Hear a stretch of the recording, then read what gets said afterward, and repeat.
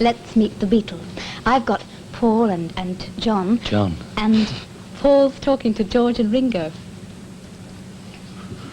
Well, I said in my intro, and you were listening to it, that there have been a lot of changes since this time last year. Well, we've seen them, you know, we've seen you making films and doing all sorts of marvellous things, but what have the changes meant to you? Nothing really. I think the main changes are in people's attitudes to you. How? I don't know. But it's people who change rather than you. You know, we feel exactly the same, really. Got a new suit, though. But you've made a film since then, and you just finished it. Yeah. Why did you make a film? Well, it's a logical step, isn't it? And I believe it's quite lucrative. I believe. Anyway, someone asked us. Yeah, we were asked to do it. And we said yeah, and Alan Owen wrote it, and we changed it, and we're all. It's called A Hard Day's Night. Hard At Day's your local Night. cinema now. Not now. Not now. Soon. Did you prefer this time last year, or do you really like big time? I like whatever's happening at the moment. Yeah, there's good in both of the stages. You know, it was great then, and it's lovely now. Despite whether people are rude or not. Oh, I take that. What do you think about people who maybe, you know, didn't like you then, or said something nasty, or just didn't bother about you then, but are terribly nice to you now? But we didn't bother about them then, you know. And we don't bother about them now. Do you know something? Well, I believe it. yeah, it's true. What difference is there since last June up to now? What sort of things have happened to you since then? The main difference is that we've got more money and less time to ourselves. You know, everything's speeded up and we're just running around like mad. And which of the two would you prefer to have? Well, more money or less time? More money and less time, I think. If you ever manage to get away from the crowds, what sort of things do you like to do? Sleep, see films, go to nightclubs, drive my car, and that's it. Play records, watch TV. What sort of records? Just ordinary things. What sort of records do you like doing? Listening to all my records are sort of American ones. People who you probably haven't heard of. Thank you. Arthur Askey, Bert Whedon. Do you find any difficulty in keeping up your public image? Just No. What image? It's our image is just us. You know, as we were. We didn't try and make an image. It just happened, and so we don't have to keep it up. We just remain ourselves. Don't we, Ringo? Well, we do. I mean, because Don't know the about other two that. were worried about. You write very good songs. Don't you? Thank you. Ah. Thank you. How do you write songs? Well, you know, we just depend. Sometimes we write them on old pianos and anything that's lying around, you know. Old tramps, anything. Doesn't do murder the getting piano into- any good, yeah? No, it's murder getting into the recording studio. I've got a song, George, on a great big piano. But guitars and things, you know, normally we sit down and try and bash one out, sort of thing.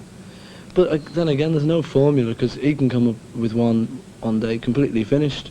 We still say we both wrote it, though. When did you start Right. writing songs? I was about 2, I think. I wrote, "Pass me the bread, mother." Something like that. No, it's more like when you were about... About 13 or 14. Yeah. When I got a guitar. Writing them seriously? What was the one you wrote? Down at the pen. Boom. Real funny songs then. Mine was I Lost My Little Girl. Did you know each other when you were 13? Yeah, that's when we met. Really? Yeah. Tell us about the meeting. At Woolton Village Fete. I was met playing him. at a garden fete in the village where I lived, or Playing just at what? outside Liverpool. Just Playing with a group, In a group. the skiffle group. And he came along and we met. And I knew one of his mates, you know, Ivan, was sort of a mutual very mate. complicated. Hey, mutual mate of ours, and he introduced us and things. In those days, has your... Go on. In those days, has your attitude to fans changed since then?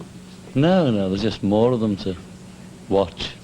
But they all scream when they're listening to you. Yeah, but we love that, you know. Do you really? Yeah, really, because it, like in Edinburgh, you know, I mean, you know, it's Glasgow tonight. Yesterday, last I week. shouldn't have said that, you know, I don't know, I've lost track of time. Anyway, the atmosphere in the theatre, really, it's marvellous, you know, must come. I will do, I'll try to come. Good. John, about your book. Yeah, John. How did you go about writing this book? Well, sort of pen and paper and that. Mm. And that's about In it. words, too. I just sort of wrote it, as a hobby. Is this a stage that you went through, writing in this sort of garbled language that you have got out of now, have you? No, there's a lot of it quite new. Or Well- either more polite or more rude, from one extreme to the other. Where's he gone?